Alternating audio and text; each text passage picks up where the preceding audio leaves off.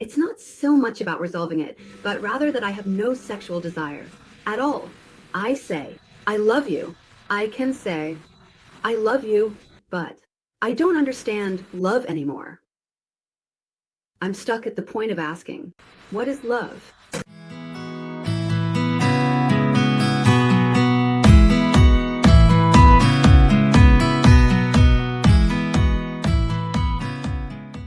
It's like a proposal, but I have no sexual desire at all. I've been with my current partner for 7 years. My husband is 56, and ever since he was young, he has really been seeking a true partner, a woman. And that's kind of been the theme of his life. That's why there's this marriage activity. When you hide it, people might wonder, why? It's not about keeping secrets. The root of everything lies elsewhere. It's about the relationship between men and women.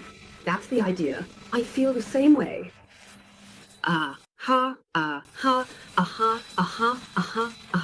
So, regarding my past, I got married to my husband when I was 23. And even at that stage already, I never thought about it. I didn't understand it at all. Well, I was doing well with driving the kids around and everything. And when I met my current husband, I was asked something. There wasn't anything that made me feel a burning passion, but I just had a feeling that I would be with this person. And I broke up to marry him. That's it. And I told him as well, I'm frigid and I'm not good with those kinds of things. So I told him, but I didn't think it would come to this point. And then, while preparing myself, I realized that even if sex doesn't work out, there are various ways to. We can find joy together, and expressing love in that way is the most important thing. We talk about various things, but still, I don't like being the one to take the lead, and I wish for a kind of sex where we both desire and become one. What do you think about that? Yes, that's right. So if you make your body feel that way, it can expand so much. I'll continue reading, but it's still immature, isn't it? Well, generally speaking, more than half of Japanese women are still immature, but that's in terms of both body. And mind, you could say, it's a brain gap, isn't it? Is it because of Japanese culture? I've been thinking about this because I understand these things, but is it because of this that they are immature, or is it a physical immaturity? Either way, that's something that exists. For example, what about overseas?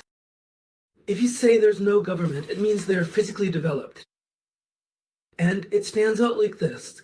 Mr. Inoue wasn't like that in the past, was it? Yet over the past few decades, they've developed such physiques. That is, it's the real deal, isn't it? With hormones being quite prevalent in the materials, whether or not you add those hormones, you're eating the animals, so those hormones end up in your body.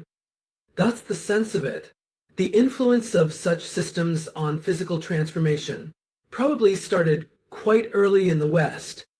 It's just that it has been delayed in reaching us. The young people today are probably influenced by hormones. They are maturing faster. And now, the immaturity of young people is still the same, but it hasn't changed. Even if the body changes due to this issue, if you think that the message-driven aspect hasn't changed, then it's not the physical body. So it's not about food or anything like that, but mostly culture. Yes, culture is significant. The influence of culture is quite substantial. I'm from Hirano in Nagasaki Prefecture, and since it's rural, things tend to lag behind. So I hardly knew anything about the opposite sex. Then I entered high school, and it was like a fast track to growth. That is, there was a strict prohibition on impure sexual acts. Oh, it was considered that sexual acts were very wrong. The whole of Kyushu has a male-dominated culture, right? Well, so it might be even more so. Probably Japan has always been like that. Well, it's always been a male-dominated hierarchy, right? In that context, The concept of sex as thought of by men is completely different from what women think. In the old samurai era, for example, the lord would assign women to his subordinates, or something like that.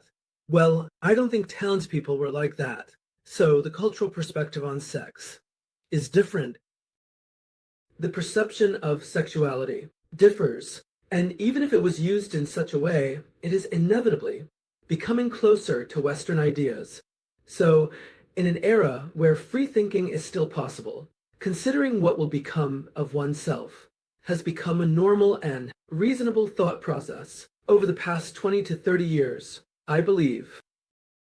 For those who cannot directly confront what sex means to them personally, I think it ultimately becomes a message in itself. To face it head on and consider it more personally, including your life and your body and how you handle everything you can do. This also involves social aspects. This is significant, isn't it? It's actually incredibly significant. Without thinking much about this big issue, people tend to focus more on other things like family environment, or the social relationships in the region where they were born and raised. That might still exist in today's society, but looking at Japan as a whole for the past 20 to 30 years, the idea of what the government means to you has been about personal responsibility. It's okay to think that way. And based on that way of thinking, you interact with others, which can lead to relationships, marriage, and so on, and nowadays, that's considered normal. In this era, not having your own way of understanding how to engage with your origins is considered behind the times and immature, especially in today's world. It's okay to express your thoughts on such matters more openly. Not being able to express them when it's okay to do so means you're not fully developed in that area. That's something that needs to be nurtured. That wasn't possible within the family environment. Even if it was, it's important for your own life as you grow. So you really need to take charge of that yourself. It's probably necessary to start thinking about it. Not having what it takes, not having something you can watch, not having something you can display. There were various things like, what should I do? But in the end, I realized, oh, I fell behind. Looking back, I see that I had to do it at that time, and by putting it off, I ended up being late. When that time comes, when you clearly look back, you realize, oh, I was late on that, and many such instances come up. When you're young, there aren't that many things, so you might not be aware of it, but as you get older, you see many things and think, oh, I was late on that, and you realize you made mistakes, thinking you were progressing. You try hard to extend it, and you're definitely moving forward, but even then, you think, oh, I'm late on this and that too. Things are like that after all. You become aware of it. Well, when you reach your 50s, you might think there are mistakes, like that.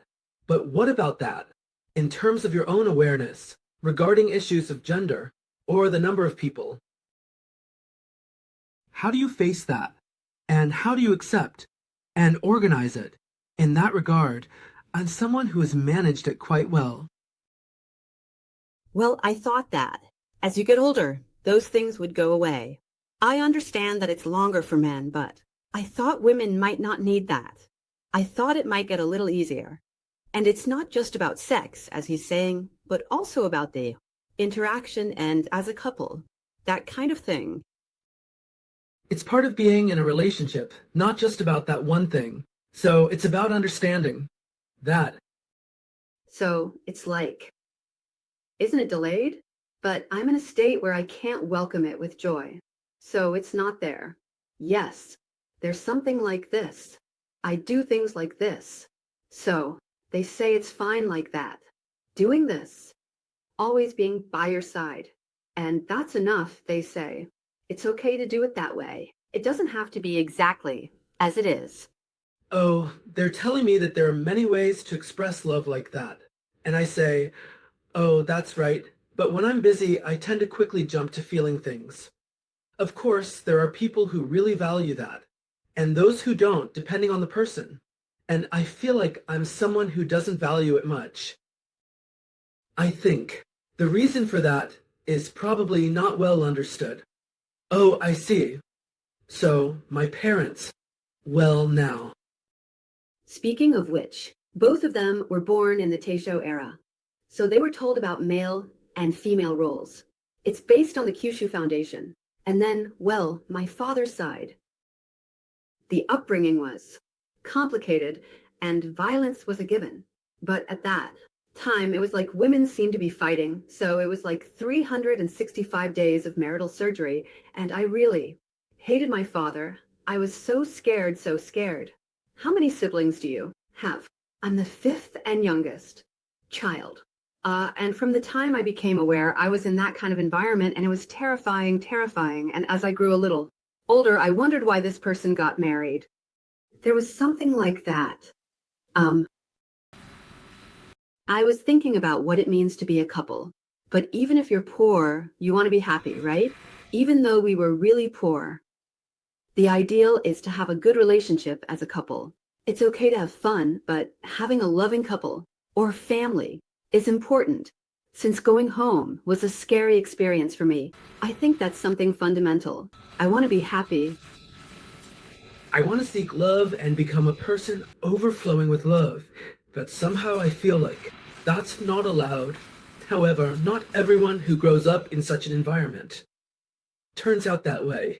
Only about 10 to 40% of people end up like that.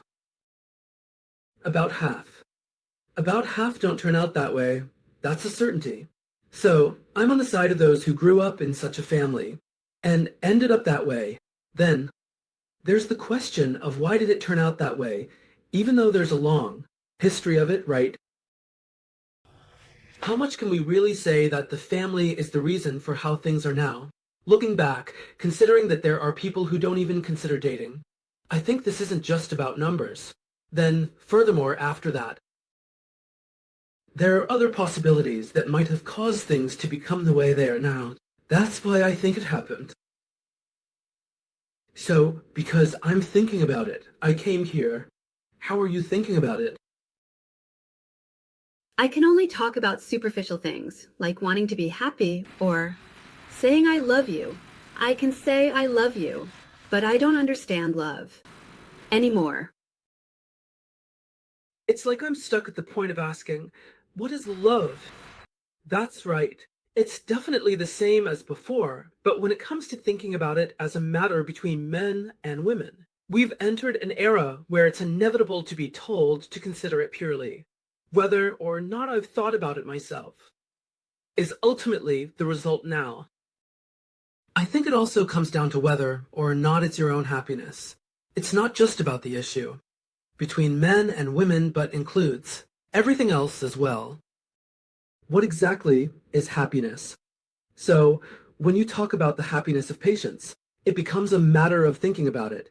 This is where life comes into play. There are various meanings to one's existence, but they're probably aligned in the same way. There's something like that in the same alignment, even if you take one of the things I just mentioned out.